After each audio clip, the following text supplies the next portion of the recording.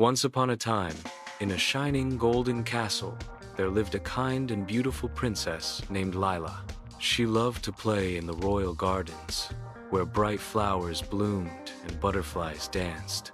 One sunny morning, Princess Lila sat by the sparkling fountain, holding her favorite golden ball. She tossed it high into the air, giggling. But plop! The ball slipped from her hands and fell into the deep fountain. "Oh no!" she cried. "My favorite ball is gone!"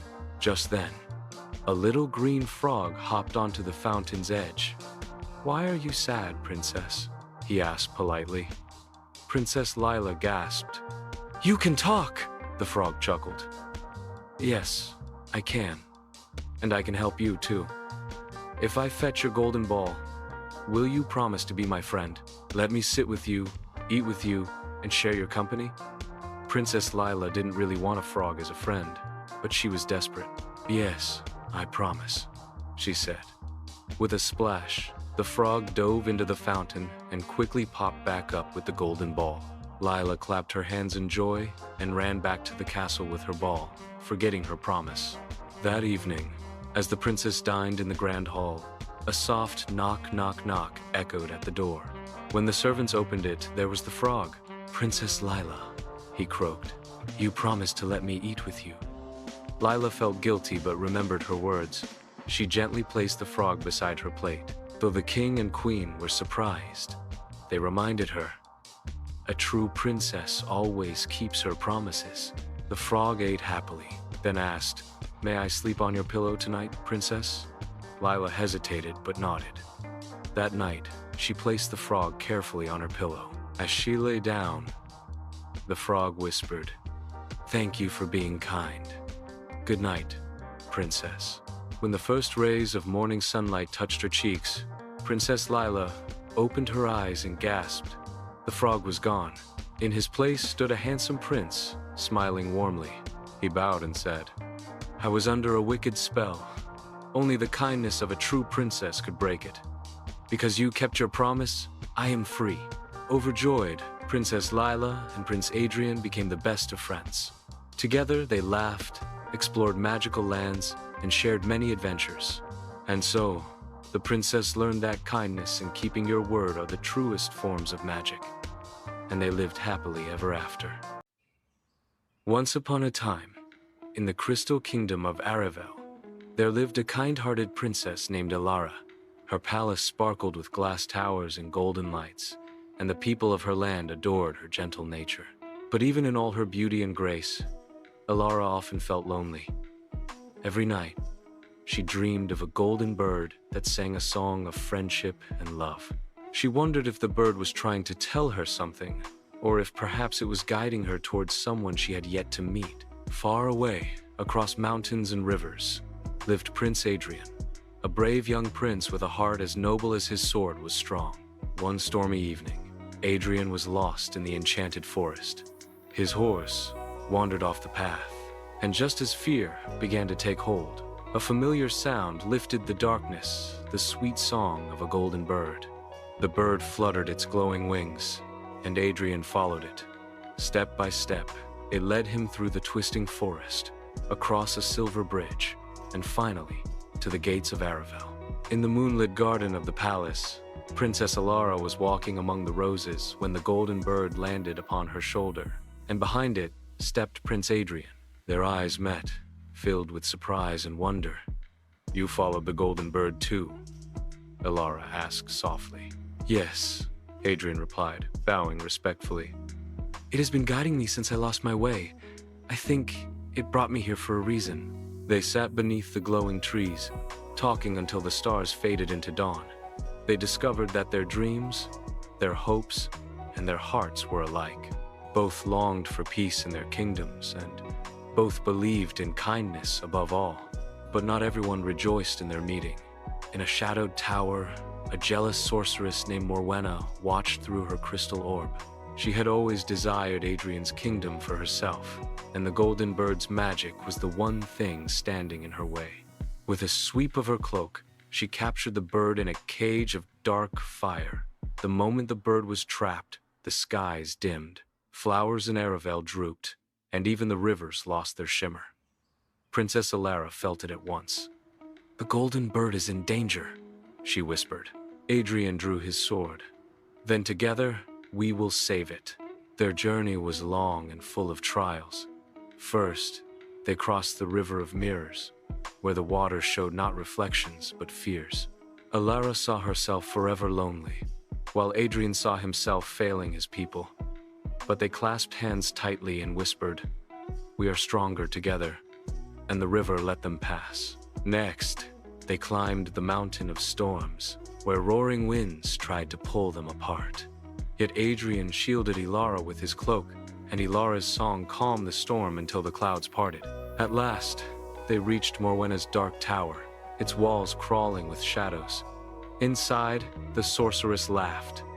"Love is weak compared to power," she hissed. "This bird's light is mine forever." But Ilara stepped forward bravely. "Love is the greatest power of all, and you cannot steal it." Adrian raised his shining sword, while Alara lifted her crystal pendant. Together, they called upon the golden bird. From within the cage, the bird's song grew louder and brighter until it shattered the chains of shadow. The golden light filled the tower, chasing away every trace of darkness.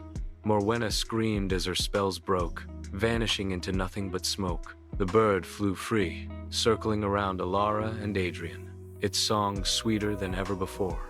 And in that moment, both kingdoms were healed. The flowers bloomed, the rivers sparkled again, and the skies filled with morning light. Alara looked at Adrian and smiled. "The golden bird brought us together for a reason." Adrian bowed and took her hand. "And together, we will keep its light safe forever." Soon after, the two kingdoms joined in celebration.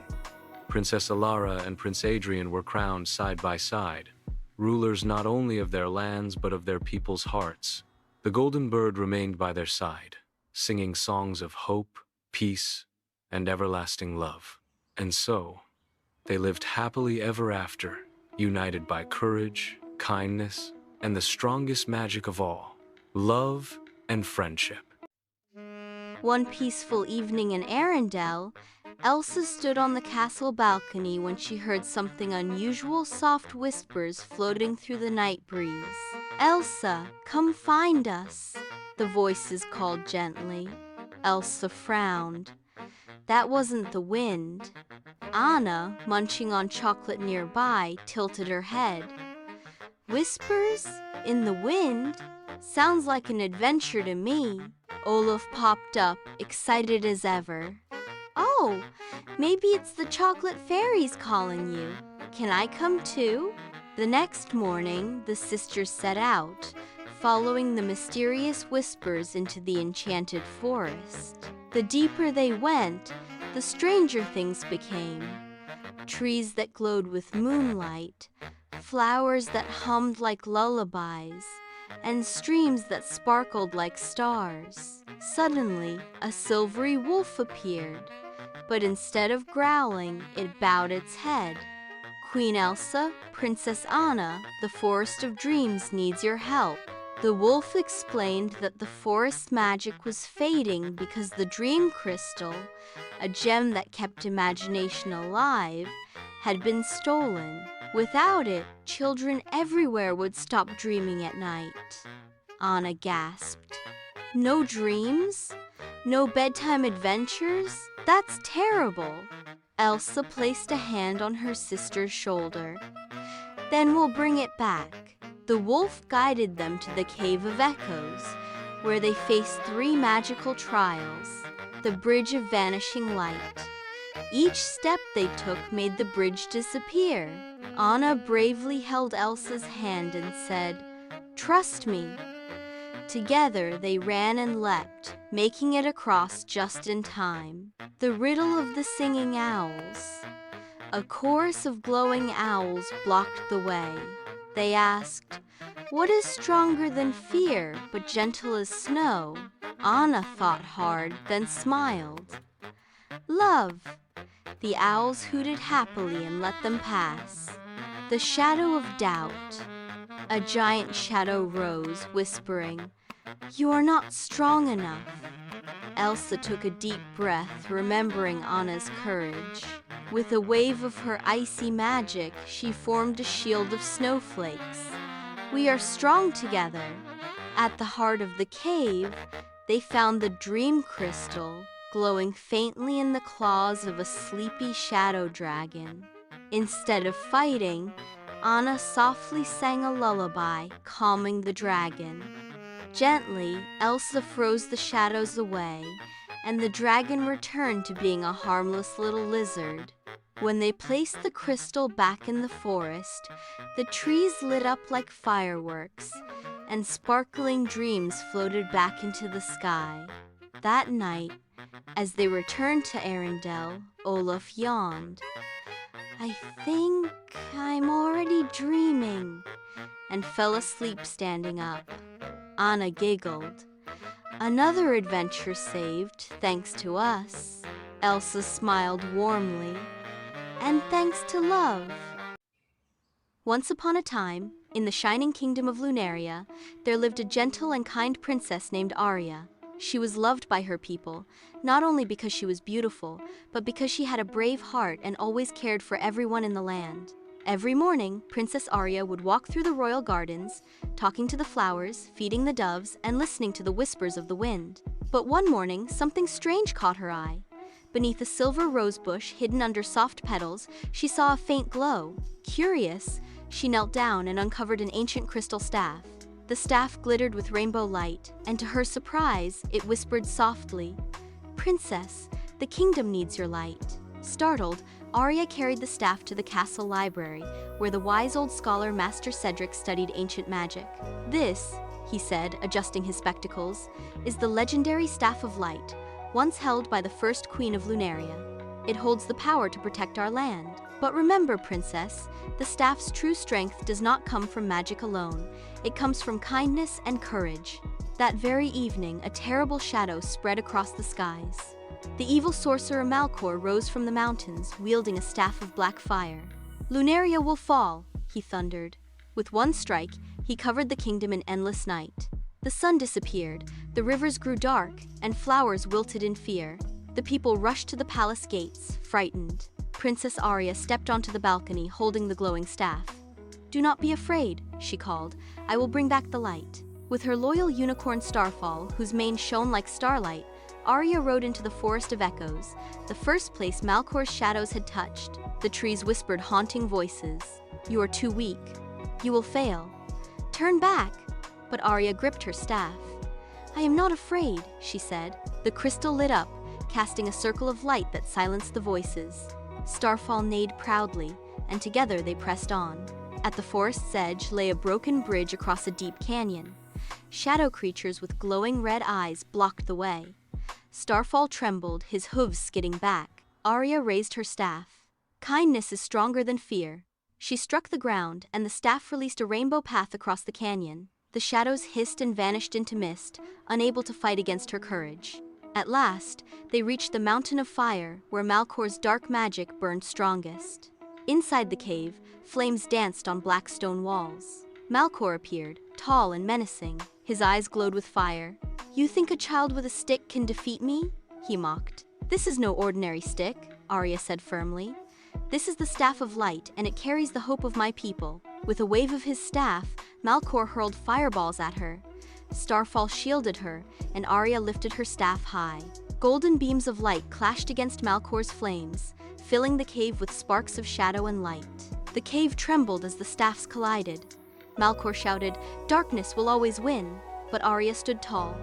"No, darkness cannot win where there is love." Her words filled the crystal staff with brilliant power. Light exploded from it, brighter than the sun, forming a rainbow beam that struck Malcor's dark staff. Crack! The dark staff shattered into pieces, and Malcor screamed as the shadows vanished, leaving only silence and peace. As Aria stepped out of the cave, the dark clouds above Lunaria broke apart. Sunlight poured down, rivers sparkled again, and flowers bloomed brighter than ever. The people cheered as their princess returned, riding Starfall with the staff glowing gently in her hand. In the palace, Aria placed the magical staff in the Hall of Queens, where it would rest until Lunaria truly needed it again. From that day on, the people of Lunaria remembered. True power does not come from magic or weapons. It comes from kindness, bravery, and believing in yourself. And so, Princess Aria lived happily ever after, protecting her kingdom with love, courage, and light. Princess Lila loved to walk in the royal garden, where colorful flowers whispered secrets of the wind. Starlight the unicorn appeared near the sparkling fountain, his silver horn glowing as he looked for a true friend. Flora the fairy fluttered from a rose, warning Starlight that the enchanted forest was losing its magic. Draco the baby dragon peeked from behind the trees, shyly admitting he had accidentally scattered the forest's glowing stars. Princess Lila listened kindly and promised she would help restore the stars with courage and love. Starlight lowered his shining horn, creating a rainbow path leading deep into the enchanted forest. Flora sprinkled golden dust on the path, lighting the way and keeping everyone safe from shadows. Draco carried a glowing lantern in his tiny claws, showing he wanted to fix his mistake. Princess Lila picked up each fallen star gently and placed it back into the night sky with a wish. Starlight lifted his horn high, sending beams of light that made the stars twinkle brighter than ever. Flora clapped her hands, and the forest bloomed with new flowers as magic returned. Draco cheered happily, promising never to play roughly with the stars again. Princess Lila hugged all her friends, saying, "Together we made the forest magical again."